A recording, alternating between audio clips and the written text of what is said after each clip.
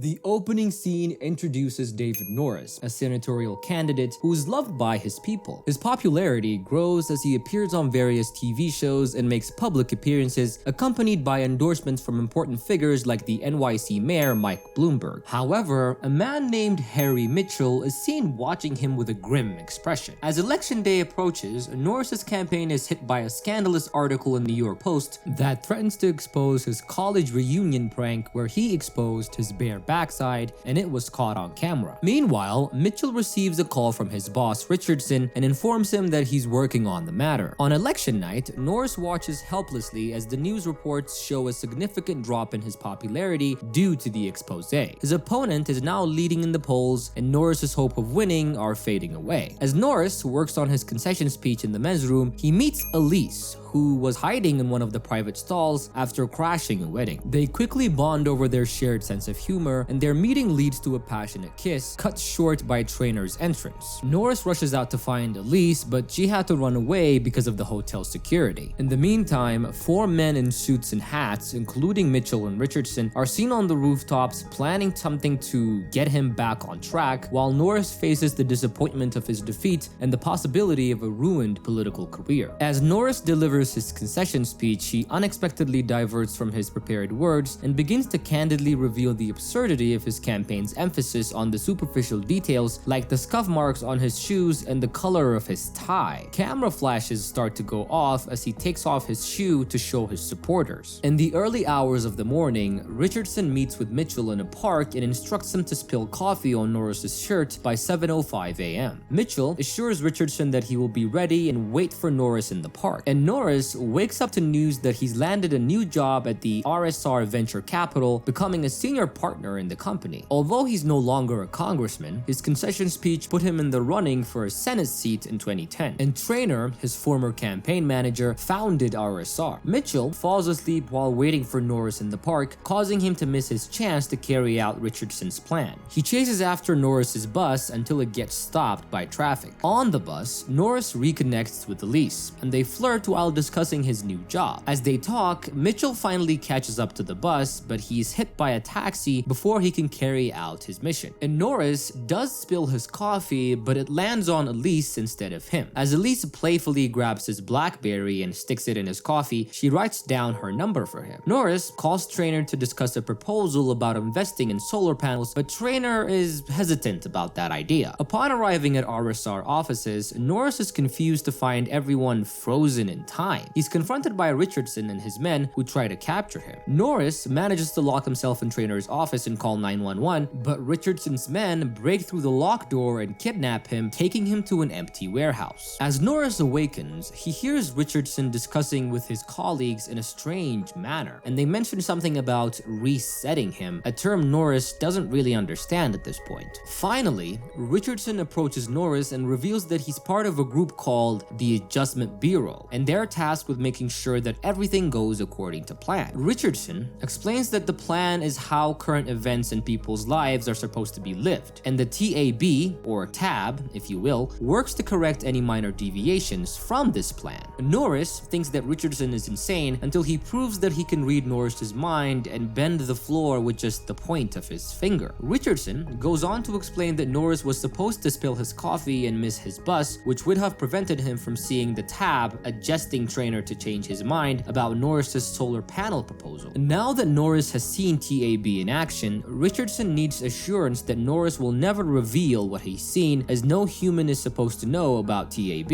Richardson warns that if Norris ever talks about TAB, his brain will be reset, erasing his personality and making him appear insane for the rest of his life. And Richardson also drops a bombshell on Norris, admitting that his encounter with Elise was against the rules, and he forbids any future meetings as well. And the TAB search Norris and destroy Elise's contact information before tossing him out. All of a sudden, Norris is back in Trainor's office, with Trainor backing his solar panel idea. Trainor is also baffled by Norris's peculiar demeanor after the meeting, and Norris had confided in him in meeting Elise, but now he's incoherent and tongue-tied. Norris can barely believe what just happened, but he does not speak a word of it, fearing Richardson's consequences. At a bar, Norris strains to recall Elise's phone number. Mitchell arrives and cautions Norris about the TAB's ability to intercept phone calls. Emotions are also off limits, and any TAB action requires approval from the enigmatic chairman. And Mitchell also agrees to meet Norris on 4 p.m. on the Staten Island ferry to answer more of his questions. On the ferry, Mitchell reveals to Norris that the TAB can detect when individuals deviate from their predetermined path, but they lack the resources to monitor everyone, and water also interferes with their abilities. And Mitchell is uncertain why the TAB is obstructing Norris from finding Elise, but he advises him to just move on.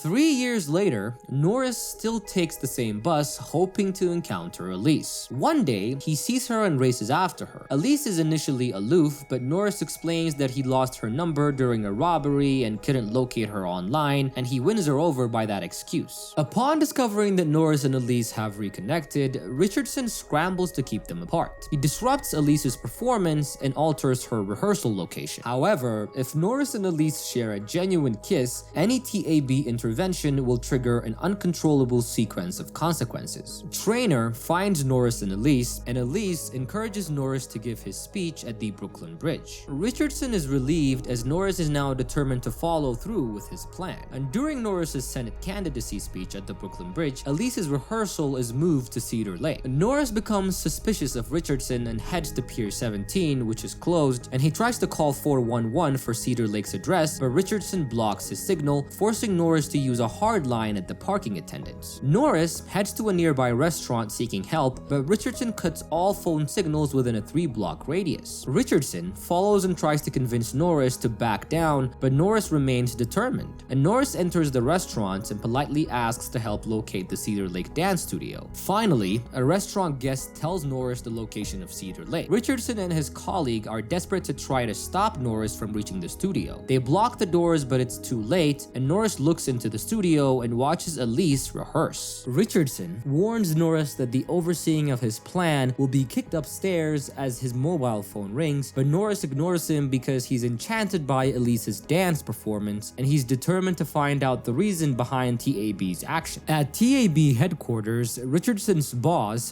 Donaldson, informs him that Elise and Norris were originally meant to be in love. However, Elise's plan was rewritten in 2005 to keep her with Adrian, the lead choreographer for Cedar Lake. Despite this, remnants of the original plan keep pushing Norris and Elise together, explaining their deep connection. Donaldson knows that fixing this mess will require the help of the Hammer, an adjustment overseer named Thompson. Meanwhile, Norris and Elise explore Manhattan and end up in a dance club. Elise challenges Norris to a race, and if she wins, he has to come to the club with her. And if Norris wins, she'll dance for him back at one of their apartments. After a tortoise and hare twist, Elise brings Norris to the club where they have a pretty good time. Later that night, as they talk, Norris shares how he got into politics after his mom and brother died, and Elise is touched by this, and they finally share a true kiss before spending the night together. But Thompson watches them from afar, and the next morning, Elise wakes up alone and Adrian calls her. Norris returns with coffee, and Elise tells Adrian she has to go. Adrian called like 3 times that morning, which concerns Norris. Elise explains that he's her ex-fiance, but she couldn't imagine being with anyone else after being with Norris. Norris takes Elise with him to be interviewed on the Jon Stewart show, and after the interview, a crew member tells Elise that Norris was called to an urgent meeting, but will see her later that night at Cedar Lake. However, the crew member was actually a TAB member, and Norris finds himself trapped in the same warehouse as before. Thompson arrives at the warehouse to reveal the reason why TAB wants Norris separated from Elise. He shares that their relationship could impede Norris's ability to lead the country as president, but Norris tells him that he chooses to be with Elise come what may. Thompson then lets him leave and says that he can still catch Elise's dance recital if he hurries. Norris rushes to Cedar Lake studio for Elise's performance, where Thompson tells him that Elise is destined to become a world-renowned dancer and choreographer with a stellar future in the arts. However, if she stays with Norris, her future will likely be teaching dance to young children and running a small dance school. Before leaving, Thompson causes Elise to mistime a jump and hurt her ankle badly in the landing. Norris Norris carries Elise to the hospital, where Thompson arrives to tell him that what's happening is his fault. Thompson says that Norris's impulsive actions, including his relationship with Elise, could take away all that she's cared about. Norris sees Elise in the recovery room and gives her an emotional hug before making a couple of phone calls. As he walks through the halls of the hospital, it's clear that he's not going to return to Elise. 11 months later, Norris is making a public appearance with a staggering 16-point lead over his opponent less than a month before Election Day. Trainer hands Norris a newspaper with a glowing review for Elise, whose dance career is starting to shine brightly. However, the insert photo shows that Elise has gotten back together with Adrian and they're getting married in a small civil ceremony next week. Mitchell is then seen standing in front of the warehouse reading the same article. Norris goes to a pier and looks over the water while Elise looks troubled as she fills out her marriage license application. Norris then goes to his frequented bar and grill, where the bartender hands him a folded piece of paper with a message from Mitchell. In the evening, Norris meets Mitchell at the warehouse, and Mitchell dispels Thompson's claim that Elise brings out a reckless side of Norris. However, he explains that Elise will hinder Norris's potential to become an excellent political leader by filling the emptiness in his heart, which stems from the death of his family and fuels his need to be with other people and become a leader amongst his society. Norris realizes that Thompson was partially truthful as he reflects on his political success while being less interested in the public's attention since becoming involved with Elise. Despite this fact, Norris cannot stop thinking about her and asks Mitchell if he knows where her wedding will take place. Mitchell only reveals that it will be in front of a civil judge and warns Norris of Thompson's presence if he tries to go to her. To prepare for their plan, Mitchell explains the door's workings to Norris and gives him blueprints to navigate the many layers of substrate in downtown Manhattan. He warns Norris of the TAB's manhunt to intercept him once he passes through the first door and emphasizes that he should not trust anyone wearing a hat or a cap. Norris decides on improvisation such as knocking off Thompson's hat to bypass TAB's expectations and make a bold and risky run through an exposed area. Elise, on the other hand, arrives at Cedar Lake to practice dancing as a means of clearing her mind, and the camera pans between her dancing and Norris and Mitchell studying the blueprints. Mitchell's briefcase contains the blueprints that will allow Norris to navigate the substrate, interfering with Thompson's ability to track him. Mitchell informs Norris that getting to the wedding on time is important, but arriving too early or too late is equally bad. He leads Norris to a doorway that would take him to the courthouse, and he gives him his hat. Norris runs through the door and into the rain, and Thompson's subordinates point out that Norris is using the rain as cover, revealing that he knows its effect on TAB agents. Thompson orders one of his men to call the proctor at the wedding, and they note with alarm that Norris has a TAB hat and has gone into the substrate. Adrian meets Elise at the courthouse, and she tells him that she needs a minute in the bathroom before the ceremony. Meanwhile, a TAB member walks in to keep watch. Norris arrives at the courthouse and discovers that Elise is not there. He presses her witness/girlfriend to find out where Elise is and walks into the bathroom. Elise is shocked to see Norris and lashes out at him emotionally because he left her at the hospital months ago. And the TAB member keeping watch at the wedding courtroom walks in, and Norris knocks him out with a punch. Norris finally defies the most severe order given to him by revealing the existence of TAB and their role in keeping him apart from Elise. He shows Elise the TAB member's plan book to prove his claims. Thompson's team quickly notices this, and Thompson calls for the intervention team to be brought in for a square one reset. Elise is confused by everything that's happening, so Norris takes her by the hand and leads her through a door onto the field of Yankee Stadium and through another door leading them to a stairway of Manhattan subway station. After that, they start running down 6th Avenue in Manhattan. Finally, Norris brings Elise to Liberty Island, where they are temporarily safe. And Norris comes up with an idea and tells Elise that he's giving her a choice. She can decide not to go with him and she'll never see him or TAB again, or she can go with him and they'll be together. And she decides to go with the second choice and be with Norris. Norris then tells Elise that they must each turn the knobs counterclockwise as they enter TAB headquarters through another door into the basement of the Statue of Liberty. Thompson and Mitchell notice them and they try to run through TAB's study room trying to find a way out. Mitchell is handed a folder and told he's wanted in the chairman's office immediately. Norris and Elise finally find themselves on the rooftop of TAB headquarters building, and they share what they think is a final emotional goodbye hug and kiss as the intervention team closes in on them. However, they're no longer there when they pull back from the embrace, and Thompson is standing behind them asking if they thought they could really reach the chairman, and he admonishes them for thinking that they could change their fates. Mitchell approaches Thompson with a folder, and after looking at it, Thompson nods his head in understanding before walking away silently. Mitchell then tells Elise and Norris that their appeal to the chairman worked, inspiring him to rewrite their plans and allowing them to stay together and be happy. And the film concludes with a heartwarming image of Norris and Elise strolling down the street, holding hands and radiating an aura of contentment. A voiceover accentuates the moment as Mitchell shares with the audience the profound notion that the value of free choice often goes unnoticed until one is compelled to fight for it. Perhaps the chairman's true intentions is to gradually seek out individuals who possess the courage to challenge the destiny that's been prescribed to them. And that is how our movie comes to an end.